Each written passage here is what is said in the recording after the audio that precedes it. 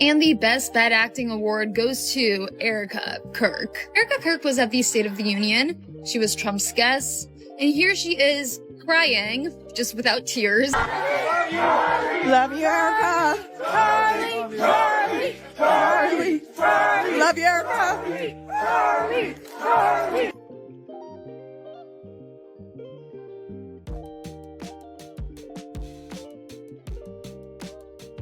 People first started whispering that Erika Kirk's grief looked staged, like it was more performance than pain. At the time, most people brushed those comments off as mean gossip. Nobody wanted to believe someone could act their way through something so serious. But now, new receipts are making the rounds, and suddenly the story feels different. It turns out she didn't just wake up one day looking perfectly camera-ready. Erika Kirk had already spent years in performance circles, moving through spaces filled with trained actors, pageant competitors, and reality-style media environments. Once the timeline starts lining up, some of those moments hit differently. The way she cries, the carefully timed pauses, the sudden forgiveness, and the quick pivot back to calm composure, it doesn't feel random anymore. It starts to look practiced, almost rehearsed. Before we even touch the memorial speeches or that Fox News media run, we have to rewind the clock. Because this story did not begin after Charlie Kirk's passing. Years earlier, Erika Kirk was not just a quiet political spouse standing in the background. She held the title of Miss Arizona USA 2012. And pageants are not just gowns and smiles. They are basically media boot camp. Contestants trained to answer emotional questions with carefully measured vulnerability. They practice pauses. They learn how to tear up without ruining their mascara.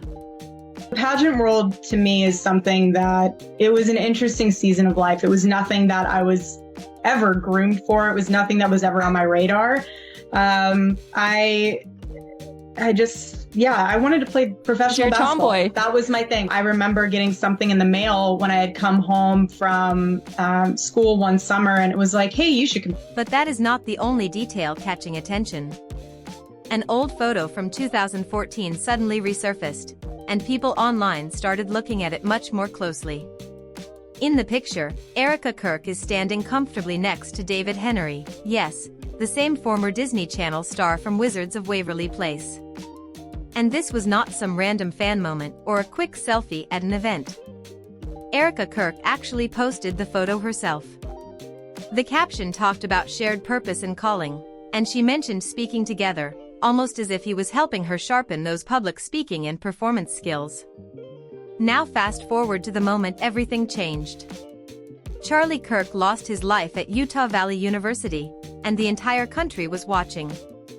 Cameras were everywhere, reporters were circling, and suddenly Erika Kirk stepped forward as the new CEO of Turning Point USA. What caught people off guard was how quickly she moved into that spotlight. She looked completely comfortable, almost like someone who had been doing this for decades. There you go. Oh, look at all the thumbs up. Look how cute that is. I'm sorry, this is a little bit more informal than probably Charlie would be reacting. How sweet. I hate someone. I'm sorry, you guys. But some viewers noticed something else, too. Erika Kirk did not appear overwhelmed or shaken. There was no awkward adjustment period and no visible stage fright. Pastor Candace Owens, okay? At one time, a friend of Charlie's, at one time, an employee of Turning Point. She has been one of the main peddlers of these conspiracies, and she is making one of the main peddlers of these conspiracies, and she's making a huge amount of money on it. She is building her business. Podcaster Candace Owens, at one time a friend of Charlie Kirk and also a former employee of Turning Point, has been one of the main figures spreading these conspiracies. Critics say she is making a huge amount of money from it and building her media business around these claims. The shift felt incredibly smooth.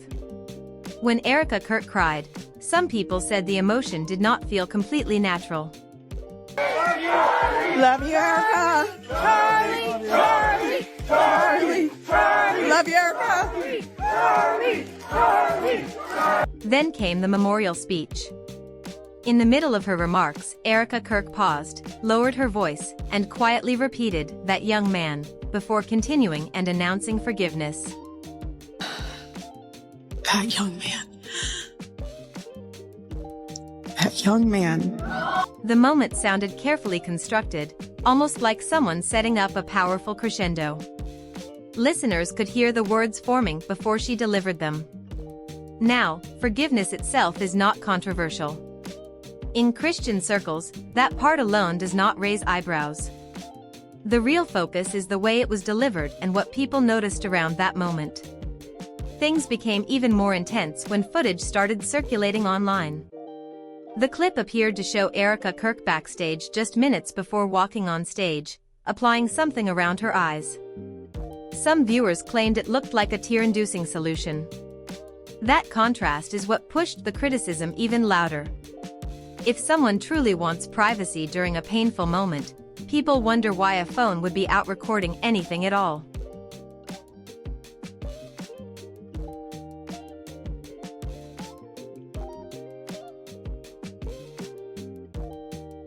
Even Candace Owens publicly questioned that decision. She said posting footage like that looked calculated, suggesting the moment may have been planned for public impact.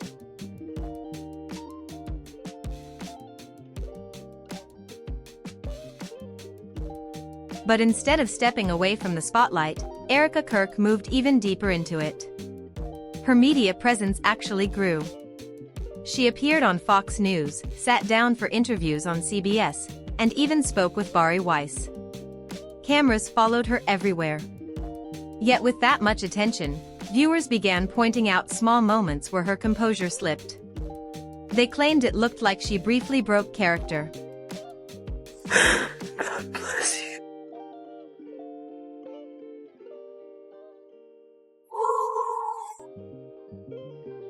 I love you.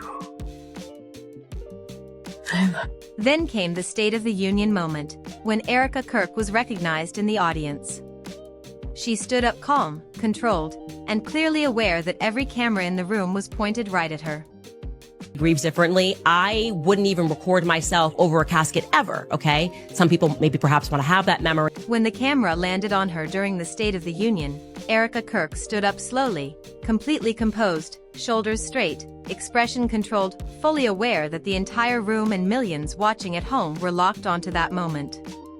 There was no confusion and no hesitation, just a calm, steady reaction that looked perfectly timed for the broadcast cameras. Some viewers said it felt less like a spontaneous reaction and more like someone who understood exactly how that moment would play on national television. Meanwhile, another grieving mother who appeared that same night looked completely shattered on camera. Erika Kirk, right? Her character. And that's the goal for us right now. You did, and he was taken so early. Parents are private. You did, and he was taken. Her voice shook, her posture collapsed, and the pain on her face was impossible to miss. That contrast is exactly what people online started pointing out. To many viewers, Erika Kirk's reaction simply did not land the same way. Charlie was violently murdered by an assassin and martyred, really martyred for his beliefs. His wonderful wife, Erika, is with us tonight. Erika, please stand.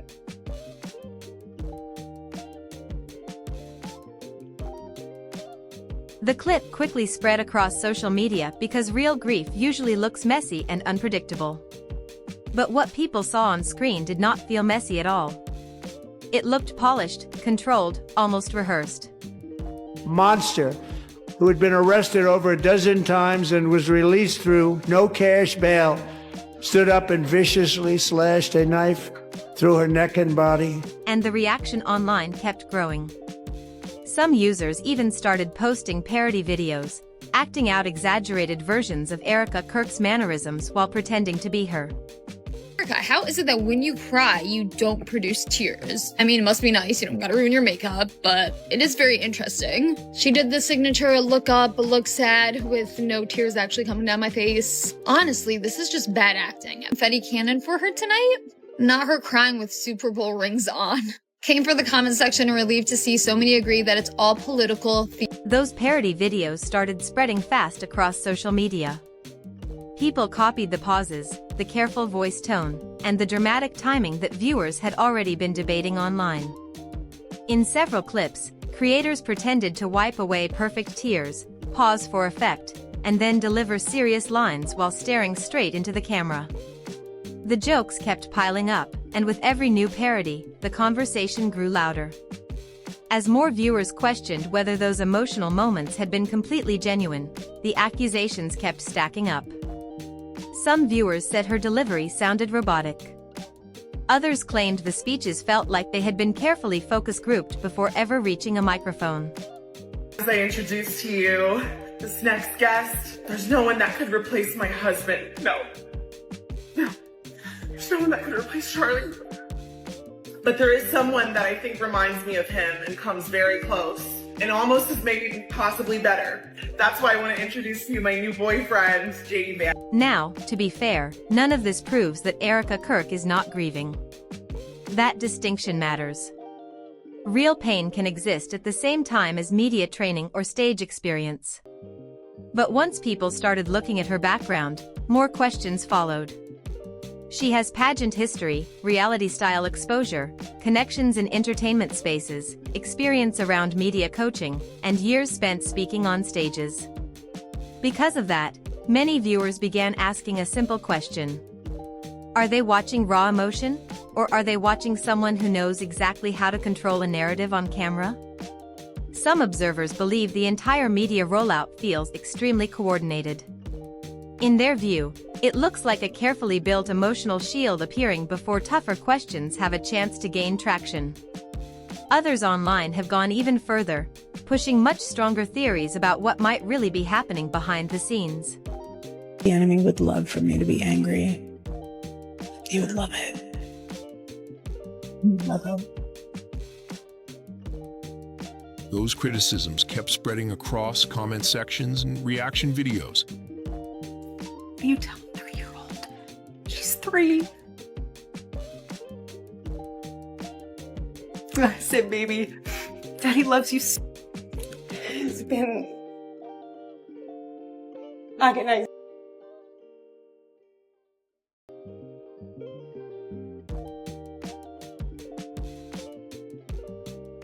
Kirk is absolutely a psychopath, and I'm happy people are starting to pick up on that too. Look, I'm not a registered anything, but I can only tell you from the experience that I had when my best friend was actually a certified psychopath. Work with our friendship is because when you're a psychopath, you don't have really many things that stimulate you in general. You feel very detached. Online discussions quickly split into different camps. Some people said the situation was simple, a grieving widow who also happens to be extremely comfortable in front of cameras. Others argued the entire rollout felt too polished to be spontaneous. They pointed to the speeches, the interviews, and the perfectly timed public appearances as signs of something more organized behind the scenes. As those debates kept spreading across social media, the speculation only grew louder. Each new clip, each new interview, and each new public moment gave critics more material to analyze and question. Now, whether any of that is true is still a completely separate debate. But the perception circulating right now is that Erika Kirk does not just look comfortable on camera. To many viewers, she looks trained. People argue that someone does not simply wake up one morning knowing how to land emotional beats in front of millions of people watching. When critics look back at her background, they point to several things: pageant training, friendships around actors, reality-style exposure, and the faith-based stage culture she moved through for years. To them, that looks like a long period of conditioning, years of learning how to command a room, years of understanding exactly when to pause, when to let a tear fall, and when to straighten posture and regain control. And when those details are stacked together chronologically, some viewers say the pattern becomes harder to ignore. Instead of reacting purely from emotion, they believe they are watching someone who understands presentation very well. So now the real tension in the public conversation is not simply, is she grieving? The tension is whether the audience is watching raw grief or watching someone who knows exactly how to package it. If you found this breakdown interesting, make sure to like the video, subscribe to the channel, share it with others, and drop your thoughts in the comments. And as always, see you in the next one.